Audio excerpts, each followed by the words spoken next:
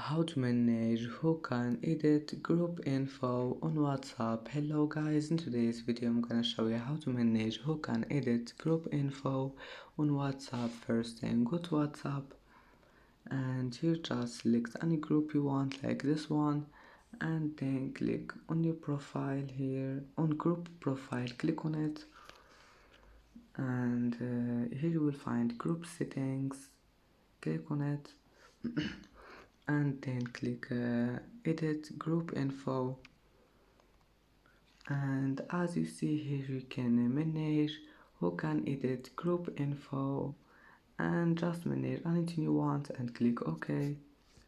And that's it for today's video.